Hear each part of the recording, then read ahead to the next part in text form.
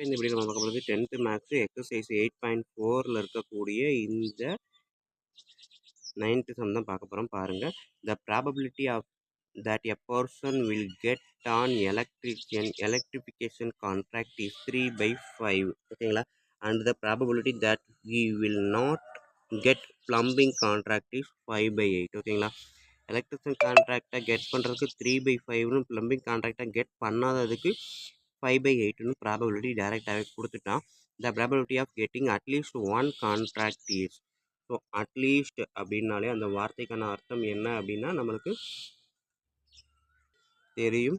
அதாவது A union B அப்படின்றதான் at least அப்படின்ற வார்த்தை அப்படின்னு ஏற்கனவே பார்த்துருக்கோம். அதேமாதிரி சைமல்டேனியஸ்லி அப்படின்னா அது ஏ இன்டர்செக்ஷன் பி அப்படின்ட்டு ஏற்கனவே இந்த தேர்டு சம்மில் இந்த ஃபோர்த்து சம்மில் பார்த்துருக்கோம். ஓகேங்களா, பாருங்கன்னா அட்லீஸ்ட் அப்படின்னாலே ஏ யூனியன் பின்னும், சைமல்டேனியஸ் அப்படின்னா ஏ இன்டர்செக்ஷன் பின்னும் ஏற்கனவே பார்த்துருக்கோம். ஸோ அதே தான் இங்கேயும் அட்லீஸ்ட் அப்படின்றப்ப ரெண்டு ஈவெண்ட்டுக்குமே ஆட் பண்ணால் ஏ யூனியன் பி வருது, அதான்.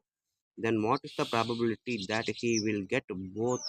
ரெண்டையுமே வேணும் அப்படின்னா அதுக்கான ப்ராபபிலிட்டி என்ன, அதாவது ஏ இன்டர்செக்ஷன் பி என்ன அப்படின்னு தான் அர்த்தம். ஓகேங்களா, ஸோ அதான் கேட்டிருக்கான். அதாவது ஏ கொடுத்துட்டான், இது பி கிடையாது, பி பார் நாட்டு கொடுத்துருக்கான். ஓகேங்களா, ஸோ அடுத்தது இது A union B, A intersection B கேட்டிருக்கான். ஓகேங்களா, ஸோ இவ்வளோ தான் நமக்கு கொஸ்டின். இதான் வீடியோ பார்க்க போகிறோம். வீடியோ பார்க்குறதுக்கு முன்னாடி நம்ம சேனல் இது வரைக்கும் சப்ஸ்கிரைப் பண்ணாமல் இருந்தாலும், இல்லை இதுதான் நம்ம வீடியோ பார்க்கக்கூடிய ஃபஸ்ட்டு டைமாக இருந்தாலும் சரி தான், தயவுசெய்து நம்ம சேனலை சப்ஸ்கிரைப் பண்ணிடுங்க. அப்படியே பக்கத்தில் பெல் ஐக்கான் இருக்கும், அதையும் கிளிக் பண்ணிடுங்க. நன்றி. இப்போ வாங்க நம்ம கிளாஸ்க்குள்ளே போகலாம். ஓகே ஸ்டூடெண்ட்ஸ், நம்ம 10th சம்மு ஃபஸ்ட்டு அவன் கொடுத்துருக்கான் எலக்ட்ரிஷியன் கான்ட்ராக்டை கெட் பண்ணுறதுக்கான ப்ராபபிலிட்டி. ஓகேங்களா, அப்போ எலக்ட்ரிஷியன் கான்ட்ராக்ட் அப்படின்னாலே நான் ப்ராபபிலிட்டி ஆஃப் இ அப்படின்னு எடுக்கிறேன். 3/5ன்னு கொடுத்துட்டான். அடுத்தது ப்ளம்பிங்கை கெட் பண்ணாததுக்கான, ப்ளம்பிங் கான்ட்ராக்டை கெட் பண்ணதுக்கான கான்ட்ராக்ட். ஸோ அப்போ ப்ளம்பிங் அப்படின்னாலே பி அப்படின்னு வச்சுக்கிறேன், பிபின்னு கூட வச்சுக்கோம், ப்ளம்பிங். ஓகேங்களா, ஸோ நான் இந்த பி எடுத்துக்கிறேன். So B probability of B அவன் கொடுத்துருக்கிறது ப்ராபபிலிட்டி ஆஃப் பி கிடையாது, அது ப்ராபபிலிட்டி ஆஃப் பியோட பார் கொடுத்துருக்கான், நாட் கெட் அப்படின்ட்டு. ஸோ அப்போ இது 5/8. ஓகேங்களா, ஸோ இதை வச்சு நான் என்ன பண்ணலாம், so probability of B equal to 1 - probability of B bar எழுதலாமா. அப்போ 1 - 5/8ன்றப்ப 8/8 - 5/8. ஸோ 8 - 5/8 எவ்வளோ வரும், 3/8 அப்படின்றது ப்ராபபிலிட்டி ஆஃப் பி. ஓகேங்களா, ஸோ இப்போ எனக்கு அவன் கொடுத்தது ப்ளம்பிங் கெட் பண்ணதுக்கான ப்ராபபிலிட்டி. ஸோ அதில் இருந்து இந்த ஃபார்முலா படி ப்ளம்பிங்கை கெட் பண்ணுறதுக்கான ப்ராபபிலிட்டி என்ன அப்படின்றத கண்டுபிடிச்சிட்டேன். ப்ராபபிலிட்டி ஆஃப் இயும் கண்டுபிடிச்சாச்சு. அடுத்தது அவன் கேட்டிருக்கிறது என்ன கொடுத்துருக்கான் அப்படின்னு பார்த்தீங்கன்னா, the probability of getting at least one contract. ஓகேங்களா, ஸோ அட்லீஸ்ட் ஒன் கான்ட்ராக்ட் அப்படின்றப்ப ப்ராபபிலிட்டி ஆஃப் இ, அப்படி இல்லை அப்படின்னா ப்ராபபிலிட்டி ஆஃப் பி. ஓகேங்களா, ஸோ ஸ்மால் பி யூஸ் பண்ணாலும் ஸ்மால் பி, அதாவது probability of E union B அப்படின்றது எவ்வளோ கொடுத்துருக்கான் அப்படின்னா 5/7 கொடுத்துட்டான்.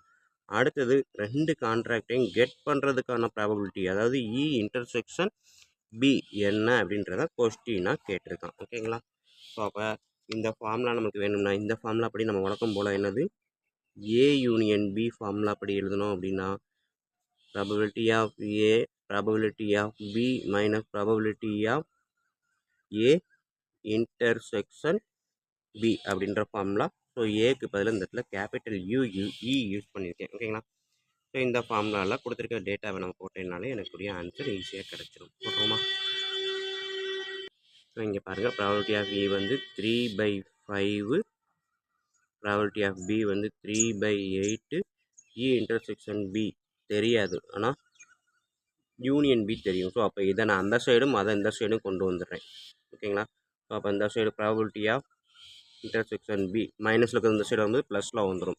ஓகேங்களா, ஸோ மைனஸில் இருக்க அந்த டேர்ம் அப்படி ஈக்குவல் டு லெஃப்ட் சைடு வரும்போது ப்ளஸ் ஆயிரும்.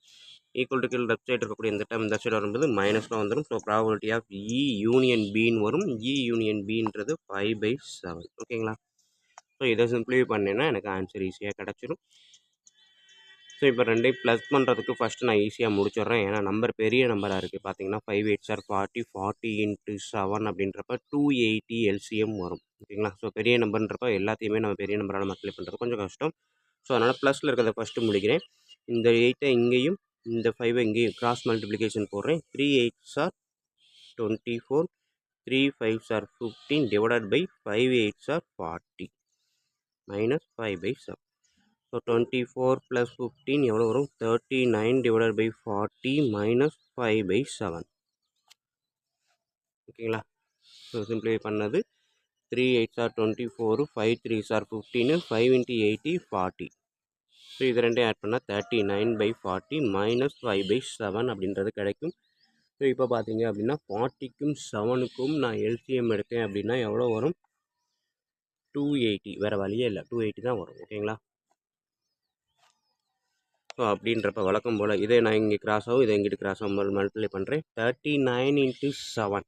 ஸோ 39 × 7னா 40 × 7 போட்டிங்க 280. 280லேருந்து ஒரு 7 கழிச்சிங்கன்னா 273. அடுத்தது 40 × 5. 5 4s are 20. அப்புறம் ஒரு 0. ஸோ 273 - 200 அப்படின்றப்ப 73 divided by 280 அப்படின்றது ஆன்சராக கிடைக்கும். ஸோ இதுக்கு மேலே இதை சிம்பிளிஃபை பண்ண முடியாது. ஸோ இதுதான் ஃபைனல் ஆன்சர். ஸோ 2 ஒர்க்கையுமே அவன் 2 கான்ட்ராக்டையும் அவன் கெட் பண்ணணும் அப்படின்னா அதுக்கான ப்ராபபிலிட்டி அப்படின்னு பார்த்தீங்கன்னா இதுதான் ஆன்சர். Probability of E. ஓகேங்களா? Electrician and probability of plumbing both அப்படின்றப்ப ரெண்டையும் கெட் பண்ணுறதுக்கான ப்ராபபிலிட்டி இவ்வளோ தான். ஓகேங்களா ஸ்டூடெண்ட்? ஸோ இவ்வளோ தான் நம்மளுக்கு இருக்கக்கூடிய இந்த எக்ஸசைஸு. ஸோ வீடியோ பாருங்கள், கண்டிப்பாக ஈஸியாக புரிஞ்சிருக்கும் நம்புகிறேன். அப்படி புரிஞ்சிருந்தது அப்படின்னா கண்டிப்பாக லைக் பண்ணுங்கள், கமெண்ட் பண்ணுங்கள். அதோடு இல்லாமல் உங்கள் நண்பர்களுக்கு இதை ஷேர் பண்ணுங்கள். அவங்களும் பயனடைவாங்க, கூடவே நானும் பயனடைவேன். நன்றி. அடுத்த வீடியோவில் அடுத்த வருஷம் நம்மளாம் மீட் பண்ணுவோம். ஸோ இப்போ இதை உங்கள் பார்வைக்கு பார்த்துக்கோங்க. ஸோ அட்லீஸ்ட் அப்படின்ற வார்த்தையை பார்த்தாலே யூனியன் அப்படின்றது மனசில் வச்சுக்கோங்க. நாட் ஈவெண்ட், நாட் கெட் அப்படின்னாலே அது பார் அப்படின்றத மனசில் வச்சுக்கோங்க. ஸோ பார் அப்படின்றப்ப 1லேருந்து சப்ட்ராக்ட் பண்ணால் கிடைக்கக்கூடியதுக்கான ப்ராபபிலிட்டி எனக்கு கிடைக்கும். ஓகேங்களா? ஸோ இதே தான் நம்ம ப்ராபபிலிட்டி ஆஃப் பி பார் இந்த சைடு இருந்துச்சுன்னா ப்ராபபிலிட்டி ஆஃப் பியை இந்த சைடு கொண்டு வரலாம். ஸோ ரெண்டையுமே மாற்றி மாற்றி வச்சுக்கலாம், எங்கே வேணாலும் வச்சுக்கலாம். ஸோ நம்மளுக்கு இதுதான் ஆன்சராக கிடைக்கும்.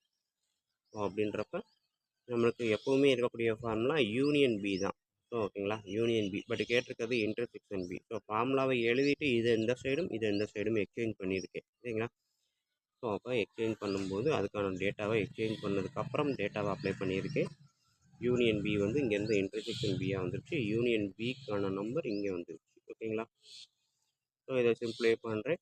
உங்களால் முடிஞ்சது அப்படின்னா டேரெக்டாக 5 8s are 40, 40 × 7 280. டேரெக்டாக ஒரே இதில் 280ன்னு போட்டுட்டு இந்த 5 280 மாற்றணும் அப்படின்னா 56ஆல் மல்டிப்ளை பண்ணலாம் வரும். ஓகேங்களா? 8 280 மாற்றணும் அப்படின்னா 35ஆல் மல்டிப்ளை பண்ணால் கிடைக்கும். 7 280 மாற்றணும்னா 40ஆல் மல்டிப்ளை பண்ணணும். ஸோ அப்போ இந்த மாதிரி மேலே மல்டிப்ளை பண்ணி ஆன்சரை எழுதி டேரெக்டாகவும் செய்யலாம், தப்பு கிடையாது. ஓகேங்களா ஸ்டூடெண்ட்? ஸோ எப்படி இருந்தாலும் ஆன்சர் இது தான் வரும். ஓகேங்களா? ஸோ வீடியோ கண்டிப்பாக பாருங்கள், ஈஸியாக புரிஞ்சிருக்கும். கண்டினியூஸாக பாருங்கள். நெக்ஸ்ட் வீடியோவில் நெக்ஸ்ட் சம்மில் மீட் பண்ணுவோம். நன்றி.